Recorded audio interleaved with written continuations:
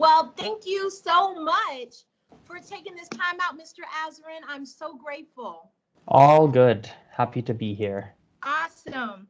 Alrighty, so I'm just going to ask you just a few questions and for our audience, because we are about a global mindset. And I think sometimes people fail to realize that culture and language they're all wrapped up into one. And so you seem to be extremely well traveled. I follow you on your platforms, especially YouTube, which I absolutely love. And so, but I want my audience to know, tell me, who is Azren? So I live in Canada. I'm born and raised here. My family's from India. And actually, that's not 100% true. Roots are all from India, but people haven't been born in India for a while. So my dad's side is born in Fiji. The roots are from southern India. Mom's side is born in Uganda. The roots are again from more northern India. And now most of the family is now in Canada. So now with your ancestors being from Uganda, do you speak Swahili by any chance? Do you have just a little bit of smidgen of Swahili, or? Not really, because we're pretty Indian. We're quite Indian, despite my grandparents being born and raised in Uganda. Like we're quite Indian. There are certain words that we use when we speak in Gujarati, which is the language that my family speaks. There are certain words that we say in Swahili. Now, what's interesting, though, is that when you look at, now I'm not an expert on this topic, but from my understanding, when you look at Uganda and their linguistic situation, they've never really been a country where Swahili has been widespread, or that is the language of the country. To my knowledge, it is not the case. Okay. Unlike some of its other neighboring countries.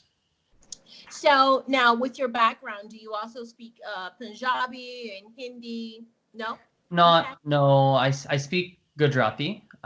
It's weird to have someone who only speaks Gujarati and not Hindi. That's not common, actually. Okay. Usually people speak Gujarati and Hindi, because when you're in India, if you're born and raised in Gujarat, you'll obviously speak Gujarati because that's the language of that region. But it's those people. They usually, actually, always, let's say always, maybe there's a couple odd people who don't, but generally they speak Hindi as well, because the media is in Hindi. In schools, they learn Hindi. If they go to a different region in India, Hindi's kind of needed. Not to mention Gujarati and Hindi are very similar. All the Bollywood movies there are regional films and movies that are in Gujarati, Punjabi, whatever the language is, but a lot of the top Bollywood movies tend to be in Hindi. So it just depends. Awesome. Yeah. Okay. So now, with your background with languages, now, because some people think, especially here in North America, they just consider, well, if you know one, it's easy, which I have to say I tend to somewhat believe that, but it's still a sheer effort. So tell me about some of your challenges with language learning and how do you overcome them? Because you're a polyglot at this point. For sure. So I think for me, some of the hardest things, that's a good question. I think for Gujarati, for example, the biggest challenge is lack of infrastructure for learning. Okay. What I mean by that is, for every other language I have learned or I currently am learning, I can find classes, I can find university programs, I can find study abroad programs, I can go to the country and do things there, I can find videos on YouTube, I can find textbooks if I ever needed it. There are lots of resources, and let's use the word infrastructure. I think it's infrastructure, right, where you could enter an infrastructure and achieve a certain level of fluency through that particular class, school, or program. For Gujarati, those are not quite as common. It's much more difficult, seeing as it's not, I suppose, as popular of a language to learn as, for instance, French or Spanish or English or things of that nature. So that's a challenge. I haven't fully overcome it, to be honest. I think some of the things that I did to overcome and they worked, would have been still looking for those resources just because they're less, it doesn't mean they're not existent. Just because they're less, it doesn't mean there's zero. And so I went to India. I have family in India, so I talked to them. They helped me find a tutor. I then hired them for 36 hours a week of classes. And we just had classes 6 hours a day, 6 days a week. Okay. And so we had 3 hours in the morning. They came to the house. They'd come over. We have 3 hours in the morning. I'd go upstairs, eat lunch, go back downstairs, 3 hours more class. I would do some homework. It was just very, very intensive. So that a bit of infrastructure, like a framework. Okay. So it's still possible. It just means it's a little bit harder to find, and it takes a little bit more time to find those things. That's probably been one of the most recent challenges. Okay. Now, do you still follow that same language learning structure right now, or how have you honed in, modifying that infrastructure? Because I know I get up in the morning. I am more of a morning person for language learning, but I've noticed I can also do that in the evenings after, like maybe a nap. So do you have a specific schedule now? Has that changed? So let's start with Gujarati. For Gujarati, I don't do any study. I do virtually nothing. Virtually nothing, because there's no infrastructure that I've established here in Calgary. There's certain ones that don't work for me that they work temporarily, and I know they work temporarily. Then I stop doing them, or they don't want to do them anymore, or so, for example, taking private classes is never something that lasts for the long term for me. I take lots of private classes, but they're always in bursts. Okay. I'll take them, then I stop. And I still enjoy taking them, but I usually know in advance that I'm probably going to stick with it for a month or two, and it's not going to be something long term, and I just take advantage of that month or two. Okay. But I don't have anything per se in Calgary right now for Gujarati. For other languages, so Mandarin, for example, that's probably the primary focus of my attention nowadays. Awesome. There's a Mandarin program offered at the local university in my city. So I basically I'm enrolled in their Mandarin program, in their East Asian language program, I should say. That's the name of the department, but there's a concentration in Mandarin. So almost everything I take is a Mandarin class, essentially, language class or literature class, things of that nature. I only take one class a semester, so it'll take me forever to actually finish the program, but that's not the point. The point is that there's a class. If I don't go, they will kick me out. I have to maintain certain grades. I'm a little bit competitive as well, so I'll see other people succeeding and I'll want to succeed in the class. So that'll make me go, it'll make me study, and even if I get a C in the class, to earn that C was way more than I would have done if I didn't take the class. So that's what I'm doing for Mandarin. The biggest thing I do.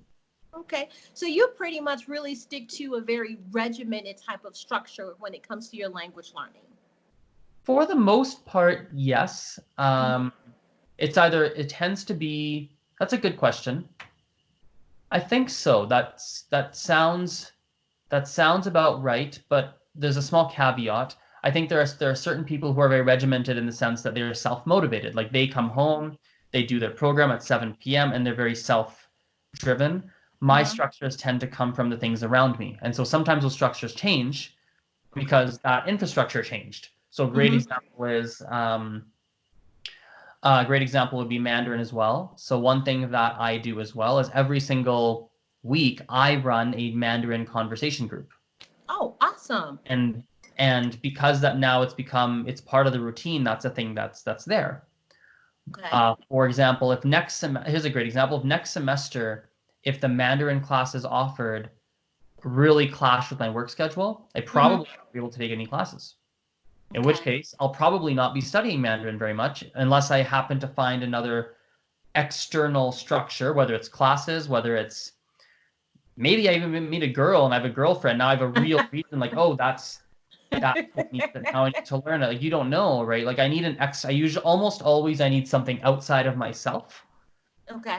To give me a good reason to actually, either a good reason to learn the language, aka a girlfriend, for example. Okay. Or it gives me a certain level of accountability, aka classes at the university. Okay. Well, that's definitely having a female friend or female companion is definitely a type of accountability there. For sure. Yeah, I feel so. Yeah. So do you believe in these new what they call methods? And today's world, we call them hacks. So I know that there's a method called laddering, which you use a foreign language to learn another language. Do you believe in these type of hacks? Because I'm more traditional and structured when it comes to language learning. I see that you have some regimented aspects depending on environment. So what is your take on that? Yeah, if it works for you, do it. Well, that's definitely simple. Try it for a month. If you don't like it, stop. Try for 2 months. You don't like it, adjust it, change it. If it's working, great. If it's not, don't do it. Now, when you have your students, because I understand you have a learning school, correct? Yep. Okay. Yep.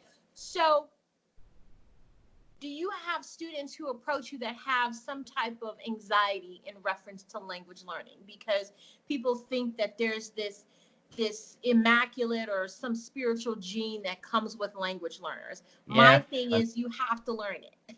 So how do you get them to relax and say, this is what we're going to do? I tell them this is what we're going to do. And I say, today we're focusing on this. They feel how they feel. I share my perspective. And if they don't believe me, that's fine. Mm-hmm. I can't force someone to feel a certain way. All I can do is share what I think is true. Mm-hmm. And then they're going to do what they want to do with it. And then they're going to move on and they're going to make whatever decision they want to make. I'll just share what I believe is true. And then they're going to share what they believe is true. And if they can't get over it, I mean, well, what can I do? I can help them think of some strategies that tend to work, or I can help them problem solve it. There's a lot of things we can do, but at the same time, at the end of the day, if I see someone 2 hours a week, they're spending, how many hours are there in a week? 24 times 7. What is that? Uh-huh. It's like close to 175-ish, something like that. Yes. Yeah, something like that. 170 something hours. Yes. So know that it's time you have to put in that work. Sorry? You've got to put in that work, basically. Yeah, it could be the work, or it could be sometimes, yeah, if they want to get over that anxiety, they got to take the effort to do so. And then some people, it's not, so there's a lot to unpack here. Some people don't have an extreme anxiety. It's just kind of a minor thing. And so why should they put extreme work into it? It doesn't matter. It's like they feel nervous, but it's like a normal amount of nerves. Mm-hmm. Why should they not be nervous at all? Some people have crippling anxiety, but that's not very common. That's not very common at all. Some people feel not too nervous, which is great. So I think if you feel a certain level of nerves, do you have to really work on that? Maybe not. That's pretty normal. Like if someone said to me, okay, oh my God, I get so scared when I talk to native speakers, but you're a beginner. Well, of course you feel scared. I mean, everyone's going to feel scared. Some people won't. But I do too. Like, I mean, of course you're like, what am I going to tell you? Like, you probably shouldn't put yourself in a lot of situations like that then if you're not ready for it. What else can I say? Mm-hmm. Now, since you are adding more languages to your plate, and I know that you travel, do you normally wait till you're somewhat proficient before you travel to another country to practice, or you just totally immerse, just go with what you got and just go from there? I've done a bit of both, so I'll walk you through some different trips. I've done it different ways, different times, and there's been different experiences and different outcomes each time, depending on how I've done it. Okay. The very first time I did it was when I was 15. I was forced. I didn't want to do it, but I was forced by my mom. Okay. And I went to France. And I had a reasonably strong level of French prior to going. I'd done all of my education in French at that point, or almost most of my education in French. So I was reasonably strong. I would probably say somewhere between a B1 and a B2. Okay. If I had to take a guess, I don't fully remember because it was 13 years ago or 12, 13 years ago. But regardless, reasonably strong. Mm-hmm. And when I came back, shortly after returning, I went and wrote a B2 exam and I passed without extreme difficulty. So that's a pretty good thing. 3 months in the country. That's awesome. That's intense. That's awesome. That's really good. That's amazing. Right? So I was probably like a B1.7 if I had to guess, or B1.5, and then, or B1.8, like kind of B1 plus, I guess we could call it. And when I came back after a little bit of, not immediately, but shortly after coming back, I don't remember the exact timeline, but shortly after, maybe a year after, something like that, I went and wrote my B2 exam. When I was 17, I went to Peru. I was very beginner in Spanish. Mm-hmm. And I did one or 2 weeks of intensive classes while I was there. And then I did just a tour as well, where I practiced with a guide, things of that nature. That helped a lot as well, but I was not like fluent after a month. Like it was not it was not like, oh my God, now I'm super amazing after a month. Mm-hmm. I continued. So basically there, I think the biggest things that helped me were I got a good grasp on a lot of pronunciation things. I learned a lot of vocabulary. I mean, it's just like learning, just standard learning. Think of just taking classes, but more intense. Mm-hmm. Um, Go So ahead. it was intense for you, and would you say everybody should start with the alphabet at least first? Because I think so, but everybody's different. I think generally speaking, yes, having a good understanding of the sounds of the language is a good idea. Generally, yes, that's right. There will be outliers, there will be exceptions to that, but for the majority of people, yeah, you should have some concept of the sounds of the language. You don't need to be perfect. I Mm-hmm. think that's where I might be a little different. I don't really think you need to be, I think of certain people I've met or talked to or read about who might think you should really put a heavy focus on pronunciation first, which is fine. I think there's nothing wrong with it. I don't think everyone has to put a heavy focus, but everyone Okay. should have some fundamental knowledge of, in my perspective, most people should have a fundamental knowledge of the sounds of the language early on. Hmm. Okay. That's a lot to take in. And you are definitely doing what Azren, the language nerd, is absolutely doing. And you're doing some amazing stuff. So, what's next for Azren? What's next? Keep going with, so language-wise, keep going with Mandarin. Keep chipping away. I will move on to Gujarati at some point when there's an opportunity that I see that comes up where that creates a structure around it for me. Right now, Uh-huh. the only thing I can see right now to create structure is if I start teaching it. That'll force me to learn Mm-hmm. because Mm-hmm. then someone's relying on me to teach them. So then I have to be on my game. That's the only thing I see that could right now. Mm-hmm. Um, Non-language wise, so work wise, just keep finding more students, keep growing slowly but surely, chip away. That's awesome. Awesome. Yeah. Well, you have been absolutely amazing. And tell us where we can find you. At Polyglot Azren or Azren the Language Nerd. That's spelled AZ or Z, depending on your country. REN. Alrighty. And we can find you on YouTube and Anchor. Is that right? Anywhere. Any network that exists, I'm there. So Twitter, Uh, Facebook, TikTok, Instagram, Facebook, Snapchat, podcast, YouTube, whatever exists, I'm there. that is awesome. Azren, as always, you are amazing. We just love you out here in the language space, and you keep doing what you're doing. Why? Thank you. Well, we love you here at Global Donica, and we will talk to you soon. See you.